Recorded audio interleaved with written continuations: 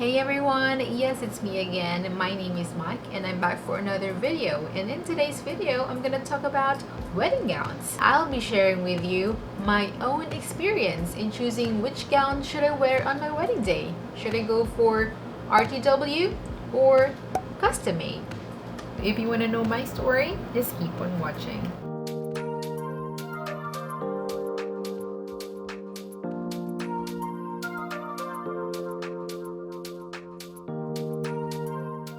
Congratulations! You just got engaged! And I know you are very excited because you are finally wearing that dream wedding gown.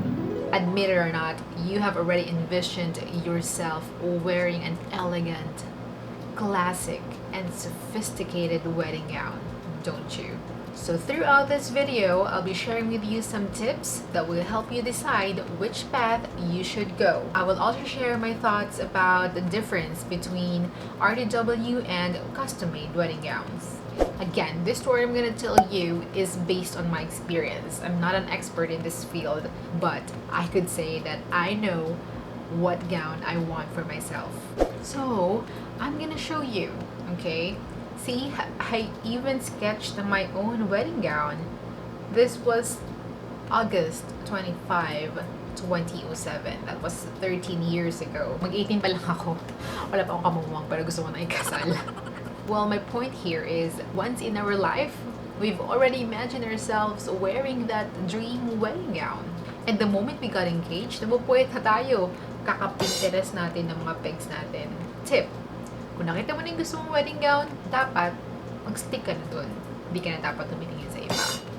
And just list down the gown details you want to incorporate. If you want a ball gown or a serpentine, what embellishments you want to have on it, or if you want to go for a sleeveless one or not, whether you want it two-way or you want it to be as it is all throughout the wedding day. So, kung alam mo na yung gusto mo, mas madali na para sa'yo na explain nyo sa designer.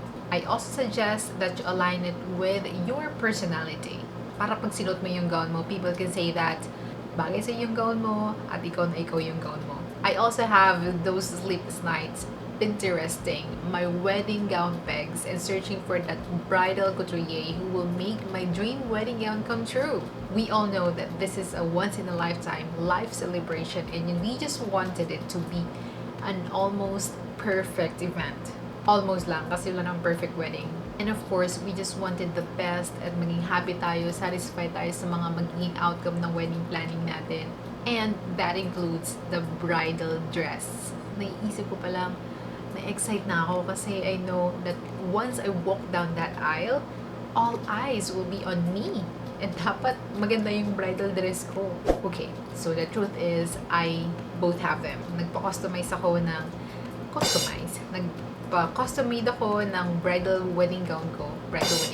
Wedding gown ko sa isang kilalang bridal couturier. I'm not gonna tell you who, but I ended up wearing an RTW, which I'm really glad I did because it turned out so beautiful. So beautiful. No, it's more than that. So story time tayo. I'm gonna tell you my experience. My bad experience. Hindi naman siya bad experience eh. Sige na nga, bad experience na. So I went to that bridal couturier with one of my best friends to have my bridal gown sketched and have a glimpse of how it would look like. I also got to see what fabric she's gonna use and got my measurements right there and then. Kasi I was really sold with her works. So usually 4 to 6 months before the wedding, yung lead time nila para magawa yung custom-made wedding gown. That's enough time for the atelier to look for the fabrics na gagamitin and yung production itself. May mga embellishments kasi na in-order pa nila overseas. So here was the sketch of that dream wedding gown. So I just told her what I want. Gusto ko lang ng malatiwata. So, request ko lang sa kanya, flowing blue skirt, long sleeves, sablina yung cut ng neckline, V yung likod, V-shape yung likod, tapos floral yung lace. So, it looks so promising. I know, right? Lalo lang ako na-excited. Nakita ko yung sketch niya for me kasi that was the one I had in mind for years. Mula noon pa, hanggang sa moment na yun. So that was the only wedding gown I have ever wanted. I wanted a simple yet sophisticated wedding gown since yung ceremony was in the garden. So ito na, first fitting. Sinong hindi excited? So sabi ko, parang may mali. Pareho ba dun sa sketch? Diba? Parang hindi. Patin ba akong masaya? Oh my gosh. Checklist. Okay? Flowy skirt. Mukha mong flowy yan. Pero pinatanggal ko yan, guys. Tulle skirt. Yes. Mukhang tulle skirt naman. Pero nakukulangan ako. Long sleeves. Yes. Check. Sabrina. Cut. Yes. Floral lace. No. Gumamit ng swirls. And worst, tingnan nyo to.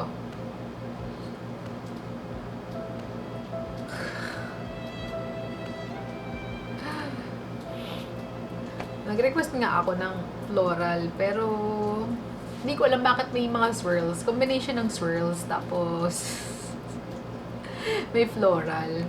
Labo. In respect naman sa designer na to, sa couturier na to, I know people have to trust her craft, so do I. Pero nung sinuot ko na yung gown, yung Sabrina cut na neckline didn't really work well with the V-shape back. So imagine, ito yung cut. Yan, ganyan siya. Sabrina cut. Tapos, yung tuloy-tuloy siya sa likod. Then, pa-V. Parang ganun. And dito sa shoulder area, nalalaglag siya. Hindi siya fit. Kahit anong hapit nila sa likod, kung saan nagmi-meet yung V, hinahapitan nila. Pero, every time na mag-fitting ako, nalalaglag pa rin siya. So, hindi ma-secure ng mga mananahi niya or ng mga assistants niya yung shoulder area. Nakailang balik talaga ako doon. Unlimited fittings, parang ganun. And I felt like I was just wasting my time and effort, gas, toll fee, and parking fee every time na pupunta ako doon kasi I can't even see any progress. I was really disappointed. And me as a wedding makeup artist, I have worked with a lot of known bridal couturier and designers, and she's one of them. I have seen her work sa mga brides ko, and in fairness, she's really good. So fast forward, 3 weeks before the wedding, eto na. I was really worried kasi I'm so afraid na magmukha akong ewan pag sinuot ko yung gown na yon. And what makes me really sad is parang she didn't even care na ganun yung naging outcome ng gown ko. So, expectation versus reality. Ito yung chest or yung front area. Ito naman yung skirt. Yung parang transition ng body sa skirt. And then, yung V-shape back. Ayan. So, you judge. And, ayan, yung sleeves. Yung long sleeves. Yan. Picture ko lang yung nakasabit siya dun sa fitting area. I told myself, I'm not gonna wear that. Nakakaloka, diba? Iyak na lang talaga ako nung mga araw na yan. Anyway, I was already thinking of a backup plan. I even contacted another couturier to make me a gown. And sadly, she declined kasi hindi nila kayang i-rush yun. But thanks to my another best friend who helped me look for an RTW shop online.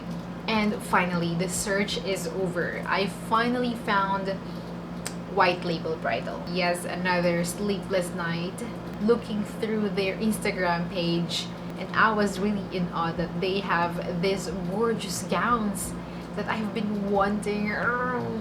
So I went to their shop 12 days before the wedding. Yes, 12 days, I know. Dapat yun na yung time na nag-finalize na lang kami ng mga other wedding details. Pero, nagpapanik ako kung anong susuotin kong wedding gown. So, they had me pick 3 gowns para i-fit. Then, I instantly fell in love with the third one. Totoo pala yung this is it feeling.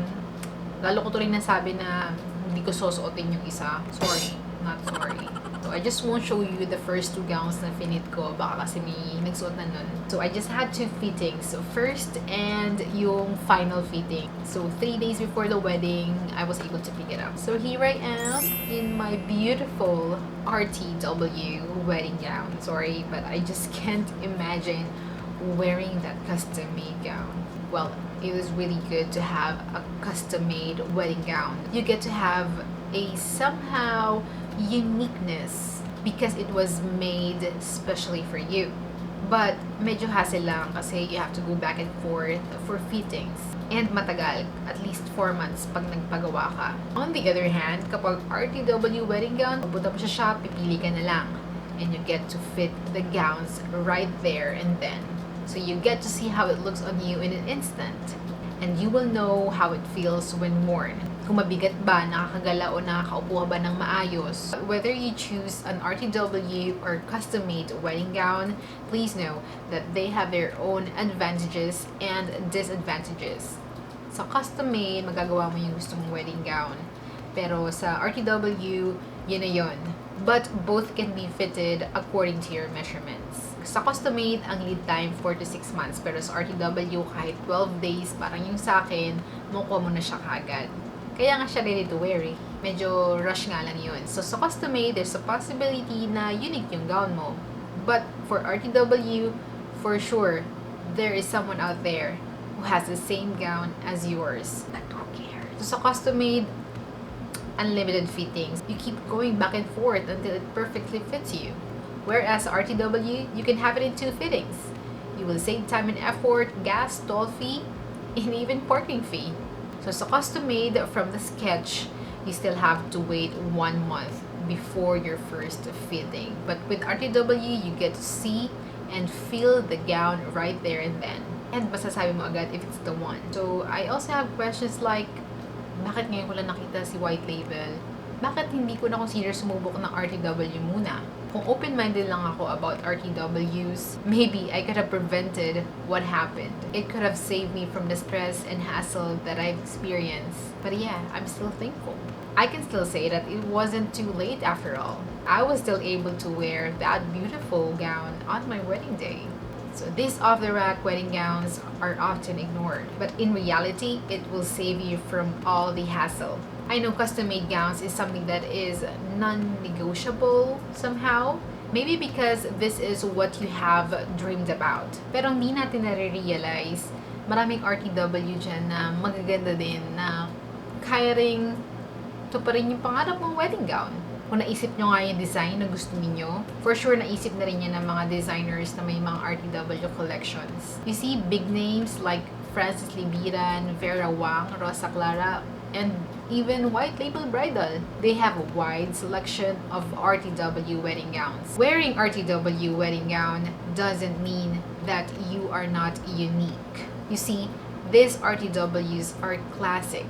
So sabi doon sa White Label, dalawa daw yung gown na yun na sinuot ko. So may nakuha na ng isa.